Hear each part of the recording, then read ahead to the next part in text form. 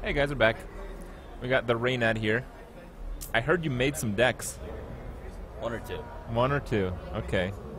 Well, I believe some of the decks that you made are being played in this tournament. How do you feel about that? Some people just have no moral compass. Oh, I see. You need a moral compass to create decks in Hearthstone? You need a moral compass to not play turn 1 Leper Gnome Greetings.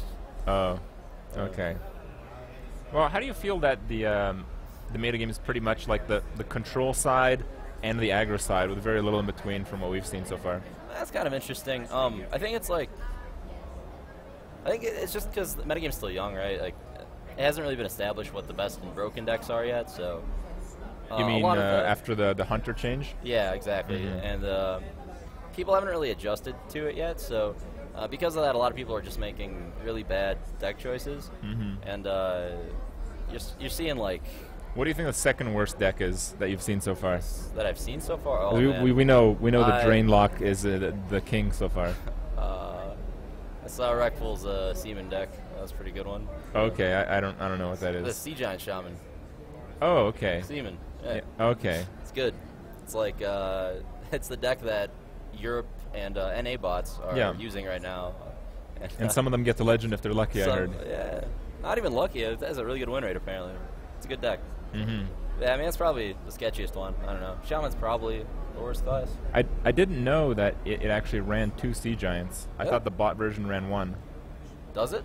I thought never seen the bot list. No, somebody, the botter linked Rekful a screenshot of his application running, and he showed it to us in Skype. It had his application running, and he said the first thread, like the first bot he ran it with, went 38 and 14 or something up to Legend within like a few hours. Or not a few hours, but like within a day. Yeah. It's pretty funny. All right. How do you feel your chances are? I mean, you've seen some of the decks roll out. You've seen some of the plays. You've seen questionable stuff, as all of us have. But this is pretty standard for a tournament of this scale, isn't it? Yeah, definitely. I mean, I think my decks are good. I like my chances. I'm comfortable with my decks, which is important. And I mean, the thing is, the group stages are best of 3, no ban format, so anything can happen. You know, that's what a lot of the tournaments in the early days of Hearthstone were like. DreamHack Bucharest, a lot like those.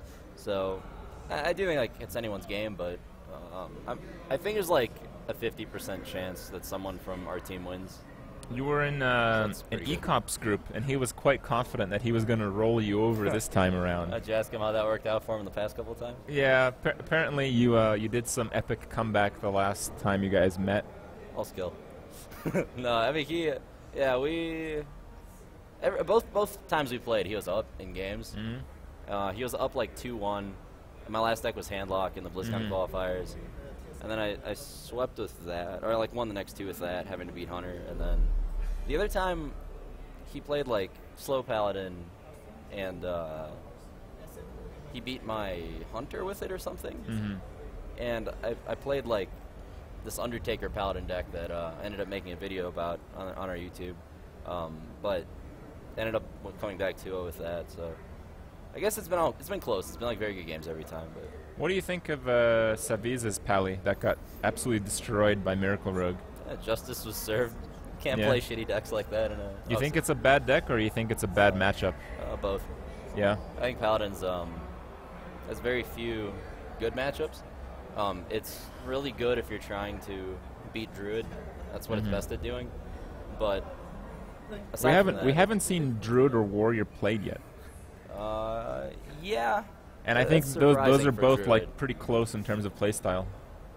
Yeah, well, Druid's a very aggressive deck. Druid's just solid. It's always like a fine choice. Is it like the token double Savage Roar version that you're thinking of? Yeah, I think most people right now are just gonna look at like the Europe qualifiers and go from that. So I'm expecting most people to play like the Wild Growth Haunted Creeper Kalento like thing. But yeah, any version of Druid, almost all of them I think are playing Double Roar now. I don't think the ramp one's a great choice at the moment. But yeah, Druid's a good deck. Warrior I think is probably the second worst class in the game behind Shaman. It's You think so? Because Warrior seems to be the most dominant near the Legend ranks from what I've seen lately. Yeah, ladder and tournaments are so different though. You don't think Warrior's a good tournament class? No, I think it's the second worst. I've played it maybe 6 or 7 times in tournaments, and after every single time I've played it, I've promised myself I'd never play it again, and then I always do. What makes it that bad then? it's in the category of decks like Zoo that are X% against every deck in the format. For example, with Shaman's like 40% against every deck. Warrior's 45% against every deck. Zoo is 55% against every deck. And that's not really good. That's good for ladder if you're trying to go on like a 20-game winning streak, beat anything, and outplay opponents. But when you're in a tournament, like you just want to use the ban system to your advantage when there is one. And so you're really trying to set up format. favorable matchups. Exactly. You're trying to set up a bunch of 80-20s instead of 55-45s because something like Warrior can beat anything, but it can also lose to anything. So. Well, all right. What do you think of China? Have you been here before? No, I haven't. It's been pretty interesting, actually. Yeah? We're in, like, the middle of the desert, this empty ghost town. It's a different kind of desert. It's not like the Sahara one that people might have in their mind. It's like it's just very dry, and there's hills and stuff. Yeah. It's just like a very arid area from what I saw. Yeah, it's very surreal because we're not... when I think China, I was thinking, like, densely populated, like, downtown, super busy streets, all that. And here you walk outside, and there's just... 2 football fields of just empty concrete fenced off and just like massive buildings but no people. It's so strange. No stores either.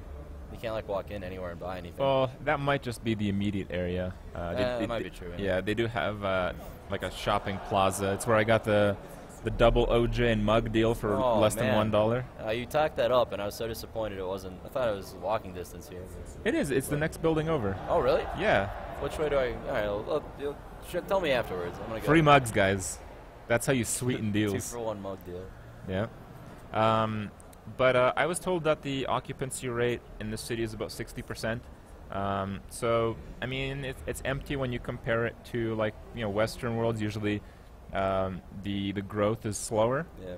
But, that's because, the growth of their population is slower when you take the numerical values. So, yeah. I mean, Makes populations grow 1% or so a year, but 1% here is a lot bigger than 1% there. So I think they kind of behave this way to try to accommodate that. And yeah, sometimes it seems a little bit deserted, but I'm surprised people from like it here. Beijing and stuff aren't trying to settle in these kinds of areas. Seems like a nice city. It does seem like a nice city. I certainly prefer it to Beijing, but we'll see. Anyway, any other thoughts? No? Let's hope I get lucky. Yeah. Usual. Getting lucky's good. Yeah. Do you usually get lucky? No, I guess not. Yeah. All right. We'll talk to your teammate. We'll talk to Gaara in a minute here. Right. And we'll see his side of things.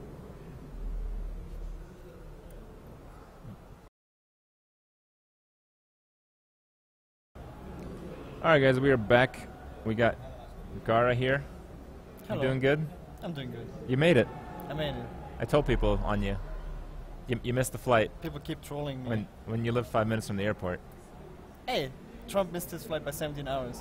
So 5 minutes is... Yeah, but we figure you'd just happen to go outside and see the airport and then remind yourself that you had to go there.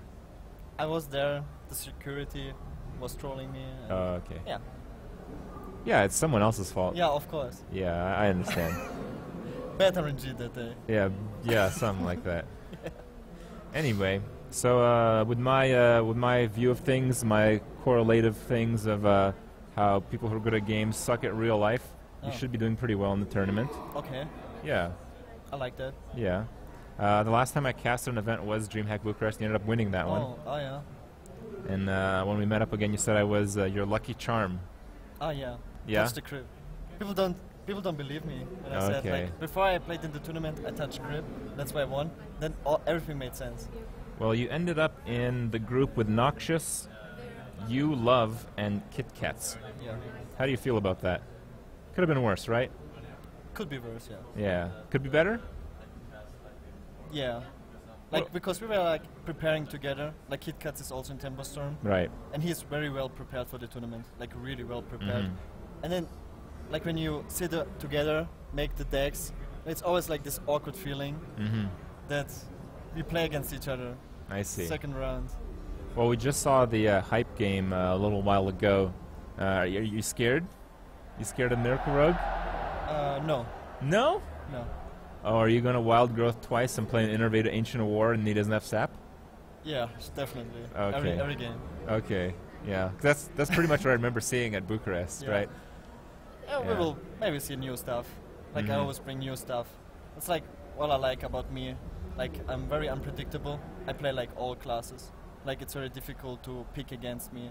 How do you prepare for that, like for a tournament? Like, what do you choose? What do you go with? Like I study a lot, like the players and in which group I am. It's usually Mhm. like known, and then like since people play like a lot of decks, like the pro players have at least 5 decks they play. You can only go against tendencies. Like someone has a tendency to play aggro, someone has a tendency to play control, Mm-hmm. stuff like that. Then you can pick into that. Like banning system is completely different because you can actually prepare to ban a specific deck. Like handler counters so many decks, Mhm. hunter counters so many decks. Then you can just ban it out and play like other decks. Have like this counter pick strategy. And yeah, this is like a different format in the group stages. So you pick decks which are overall good. Either you pick decks that beat everything. You can play fast druids, miracle rogue, stuff like that.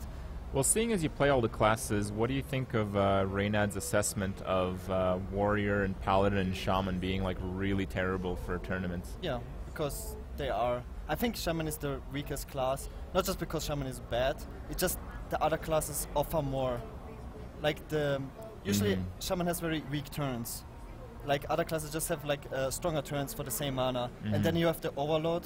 And right now with all the Death Rattle minions and stuff, like it will set you back that far that you just can't come back. Like druid and shaman are the classes who struggle the most to come back into a game once they're behind on board. Yeah. Like just the thing. And the thing about warrior is, I think that warrior itself is not weak.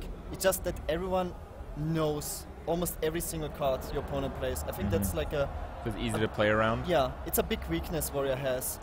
You know, the Alexstrasza will come, Mhm. the Gromage will come. Like everyone played against it like 1,000 times. Do you think that's going to stop Kit Kats? No, No. Okay. I think KitKats will do very well. Yeah. Whatever he's gonna play. Uh-huh. All right. He's All right. definitely not gonna play warrior. I mean, KitKat, come on, man. What do you think of the matches so far? What do you think of the Chinese players? Like, I think they're better than people actually down talk them. Like, Mhm. they really make fun of them. Like, they're so terrible. Like, I've seen worse plays, like from more famous players, let's say. With- Like who? I'm not gonna, not gonna fire shots. Why not? I don't know. I don't like firing shots. Okay. Just I'm lame. Yeah, that's pretty Love lame. it. That's pretty lame. Truce. No, it's just they're okay. Like they play like some fun decks. Some of them. I don't know. I haven't played against them myself. Like Mhm. like if I talk bad about them and I play in my first match against one of those Chinese guys and I lose, it looks really bad, right? Okay. All right, let me try to rephrase this. Who do you think the worst player is here? The worst player. Yeah. Oh man, I can't pronounce his name. Try. The worst player. Yeah. I mean, if you don't want to fire shots, I got to put you on the spot. The worst player. Yep. Probably Kungen, Kungen. Whoa. because he's not playing the game. Makes sense. All right, but he did take you guys partying pretty hard. Don't you Yeah, think yeah. that might affect your ability to play the game against him? No. No. Okay. No, he's awesome, right? But he's just he said himself. He played World of Warcraft like every day. He's not playing a single Hearthstone game. The first game he played was in China, Mhm. so he's not well prepared. He didn't have the Nux cards, he said. Oh, you don't need them. It's like, come on, They're not even good. some of them. Nah. Nah, come on. I will not play Nux cards. I mean, come Yeah. on, man. All right. Well, I think we're gonna talk to Dark Onyx next. Anything else you want to mention? Gaara boys. Kappa. Yeah. Okay. All right, we'll be back.